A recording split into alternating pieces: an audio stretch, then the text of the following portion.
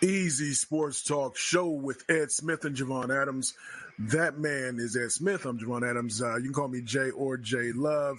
He played not only professional baseball, but also played in the National Football League on that first Super Bowl-bound team for the Atlanta Falcons. And he is an author and a motivational speaker. What is good, my brother? Happy Friday Fun Day, bruh. We made it to another one. Right now, that's the goal, man. Just 1 week at a time.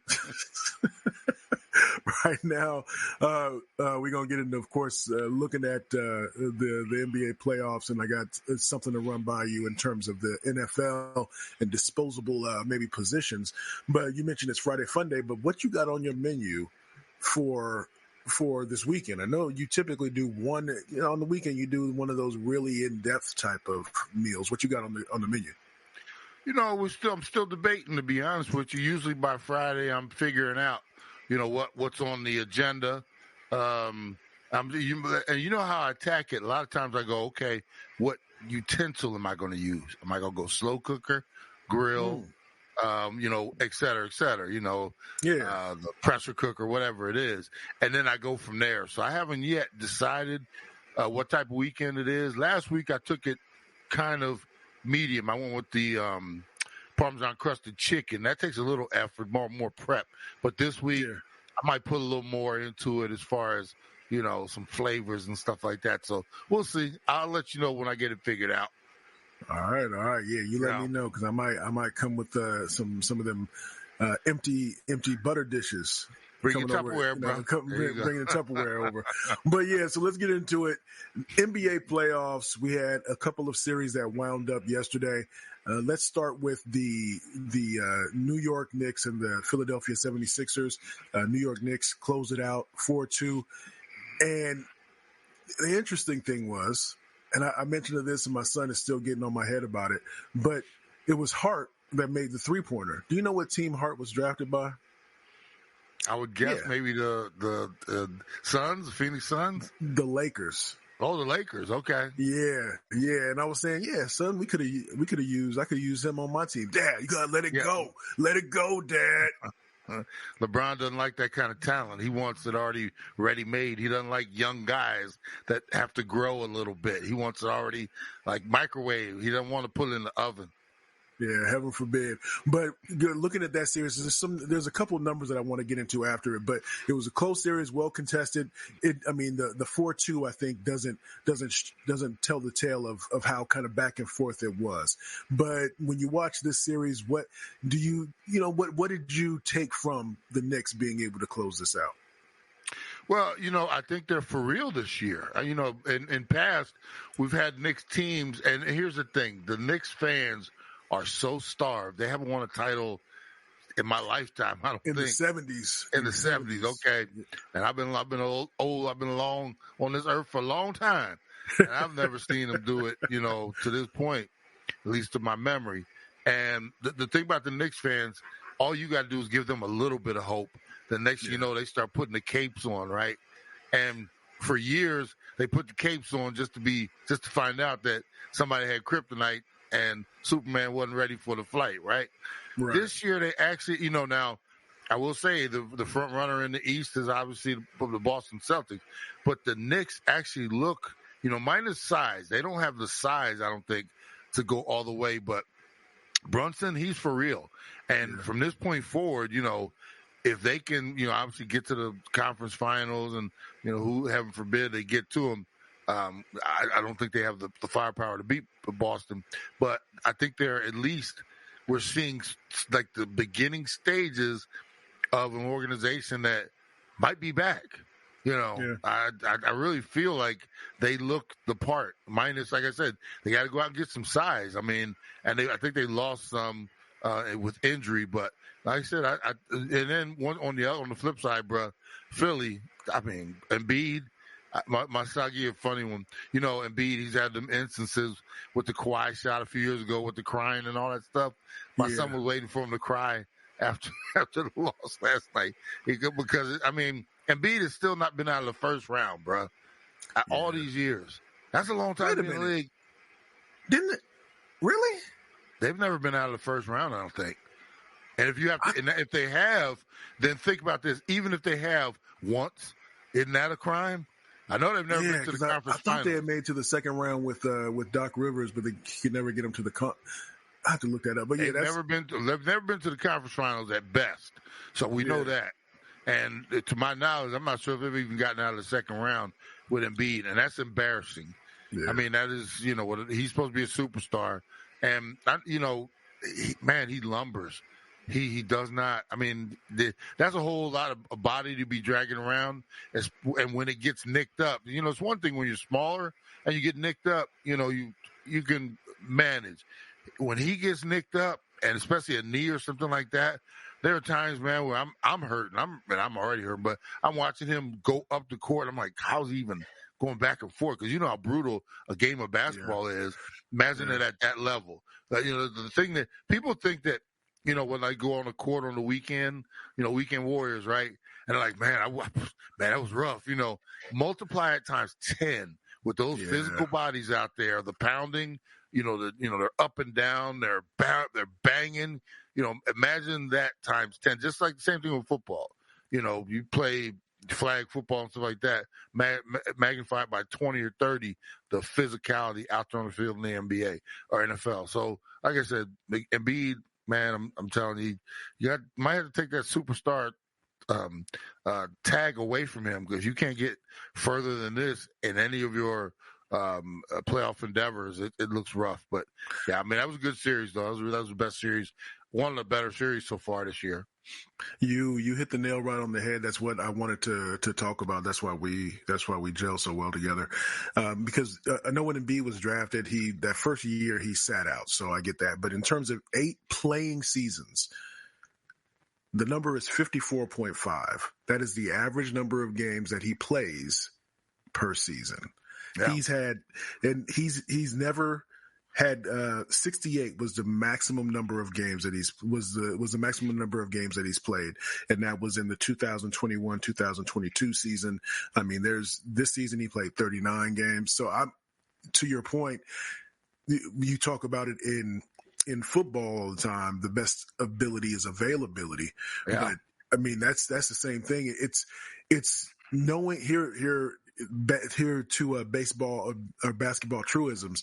Embiid and Chris Paul will get injured at some point during the playoff run. Absolutely. You know what I mean? Those are just those are absolutes, and that is unfortunate because Embiid is such a talent. Yeah, I mean, it's just like Christmas comes every year in December. At the end of the season, Chris Paul and Embiid, and a lot of it, like I said, is Embiid is just such a load. And that 82, that march through the 82, bruh, I mean, that's, it's the equivalent of, taking one of the big dump trucks, bruh, and try to drive that through the city streets. You're going to, think about it, you're going to bang that thing till the cows come home. And by the end of, it looks so pretty when they first take it out there. By the time you bring that thing home, it's going to have paint from every car on the block. Yeah. And that's what Embiid is, man, because and he's always on the floor. Never seen a big man like him.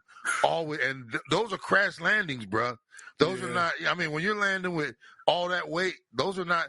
Lay down and roll. Those are.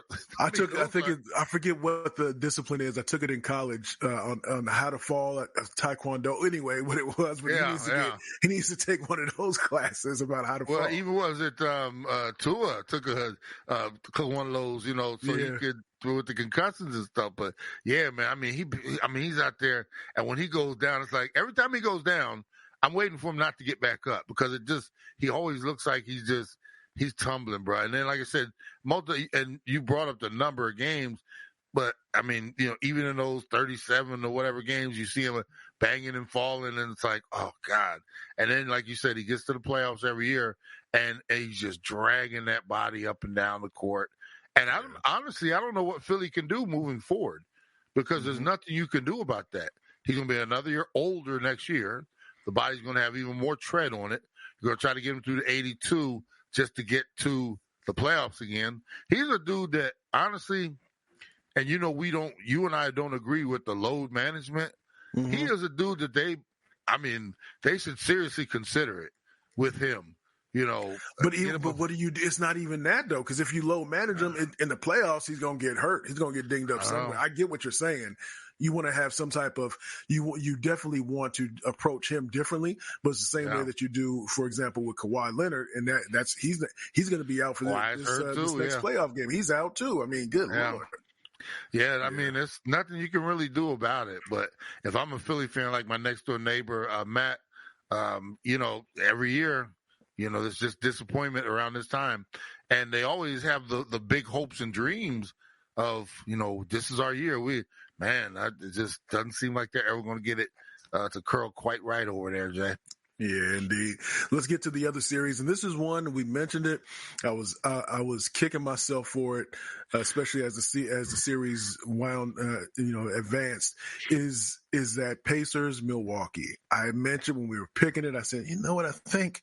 You even say, I think the Pacers might be able to get them. I think you lean slightly towards Milwaukee, but you said it's possible. And it was definitely possible. It did happen. Giannis didn't play in this series. Dame Lillard was injured, all that stuff, but it doesn't matter. You still gotta play and you gotta win. And the Pacers ended up advancing. They're moving on to the second round. My question is, and I saw a headline about that as well, is that so you got the trade? You had the trade in the offseason to bring Dame Lillard to you. You gave up Drew Holiday, sent Drew Holiday somewhere else, and he's an excellent point guard. Defense, heart of the team, wonderful point guard. He's over there in Boston. Exactly, and they Boston didn't really waste any time. But at the end of the season, they said, "Let's go ahead and re-up you, man. We need you. We're going to re-up you for a few years." And then you had two coaches in one season. The first coach you fired had a winning record. So I don't know what you expected. He was a rookie head coach, but he had a winning record.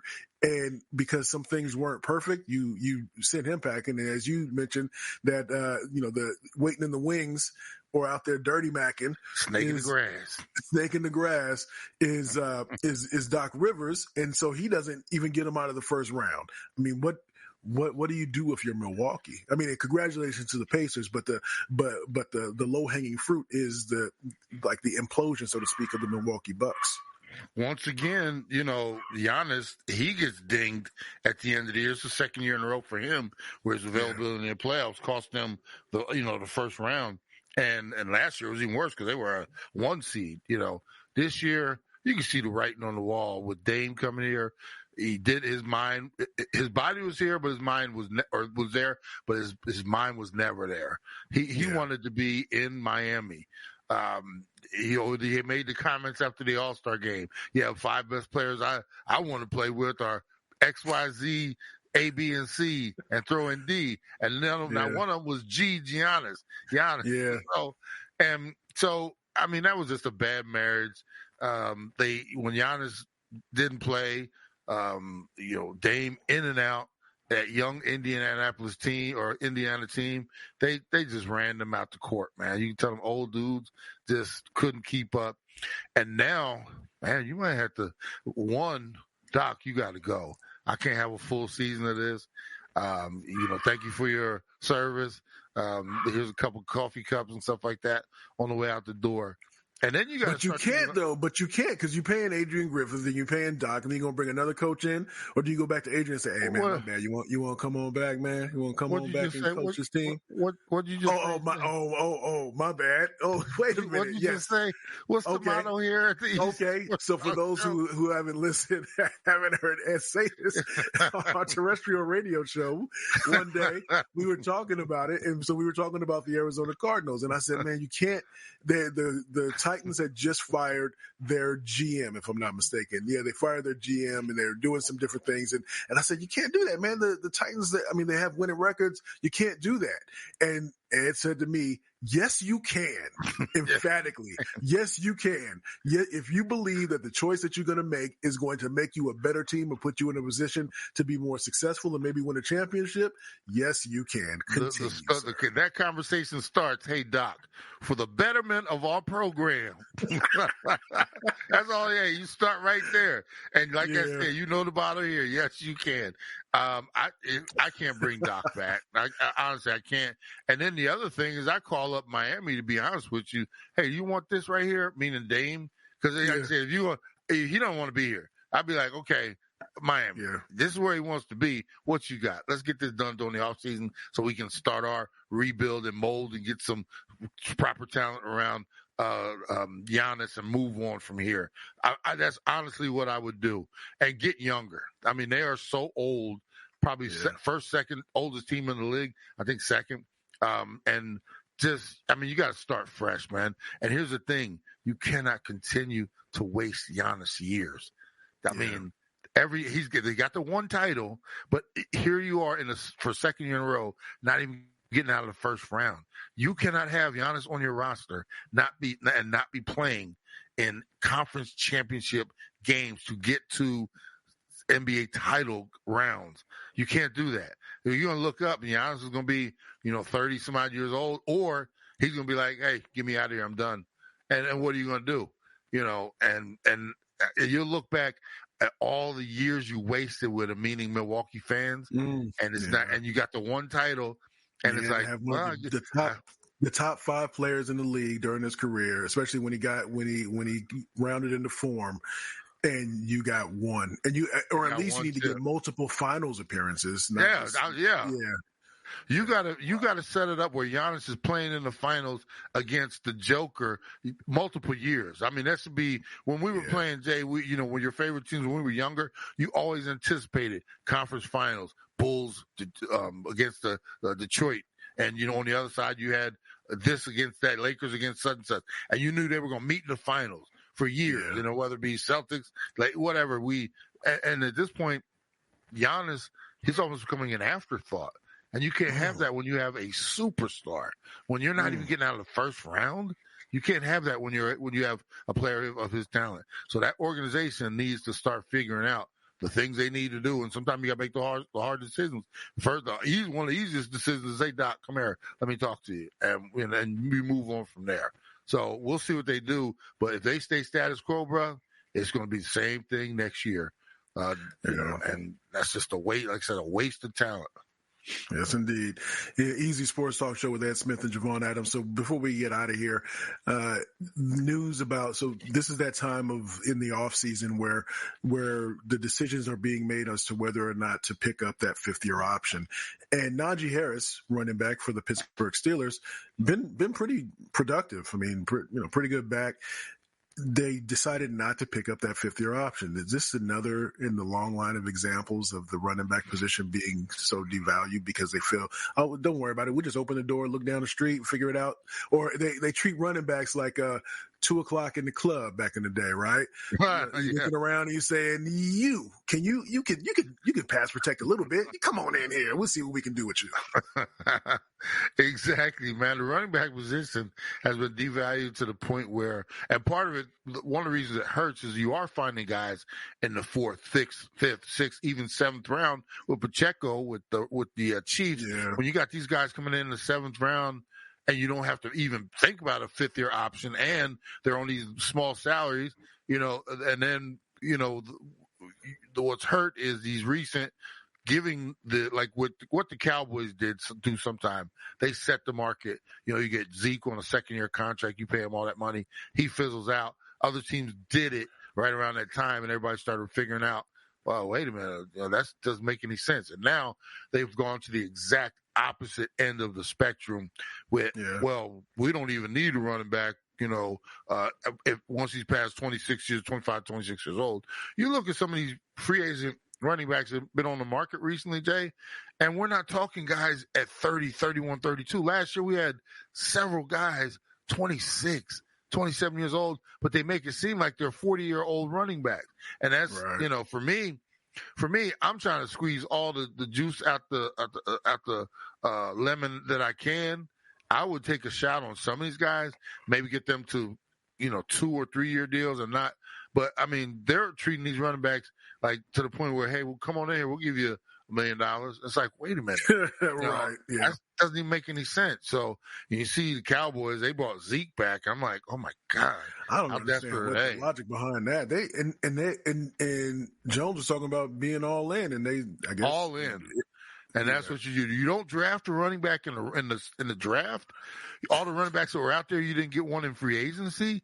You had Henry out there. Run down the list of running backs you had out there in free agency. You didn't get any of them. You didn't draft one in the draft, and then you go back and get Zeke, bro. That's that's bumping into the old girlfriend. And, like you said, at 2:00 in the morning, and everybody else is all saddled up and was like, all right, come on, girl, let's go home. Oh, man, he is Ed Smith. I am Javon Adams. We do this thing 3 times a week, Monday, Wednesday, and Friday. Go to easysportstalk.com, easysportstalk.com. However you are listening to this, make sure you subscribe so you get notified once the new show hits the airwaves. And you can also go and subscribe to the YouTube channel, The Easy Sports Talk Show, The Easy Sports Talk Show. And as we always like to say around this time, you can